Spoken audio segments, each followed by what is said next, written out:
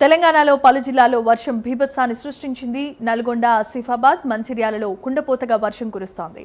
దీంతో ప్రజలంతా తీవ్రమైన ఇబ్బందులను ఎదుర్కొంటున్నారు. పలు చోట్లయితే రోడ్లన్నీ జలమయమయ్యాయి.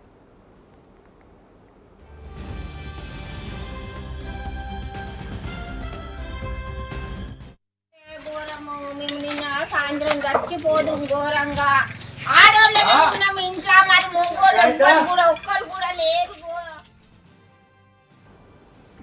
నల్గొండ జిల్లా మునుగోడు మండలంలో గంటన్నర సేపు ఈదురుగాలులతో కూడిన వర్షం కురిసింది. పలు చోట్ల రోడ్లన్నీ జలమయమవుతే మరికొన్ని చోట్ల చెట్లు విరిగిపడి రాకపోకలకు తీవ్రమైన అంతరాయం ఏర్పడింది.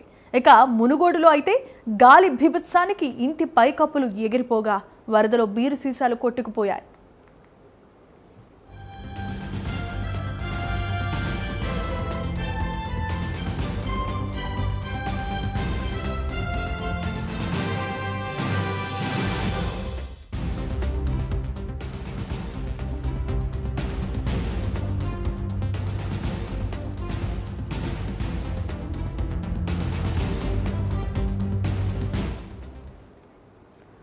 మరోవైపు ఆసిఫాబాద్ జిల్లా సిర్పూరులో గాలివానకు పలుచోట్ల ఇళ్లు, చెట్లు పూర్తిగా దెబ్బతిన్నాయి.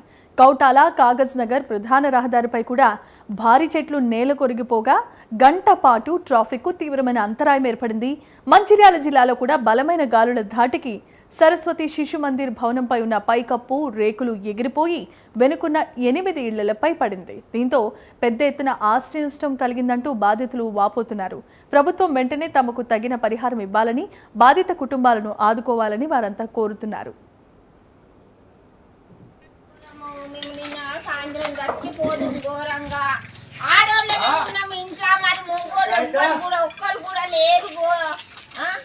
ఇట్లా మరి ఎవరన్నా ఉంటే అయ్యో నిజంగా బయటికి అతి మాత్రం అవి రేకులు గుచ్చి ఆ టంబాలాకి చచ్చిపోదు ఘోరంగా.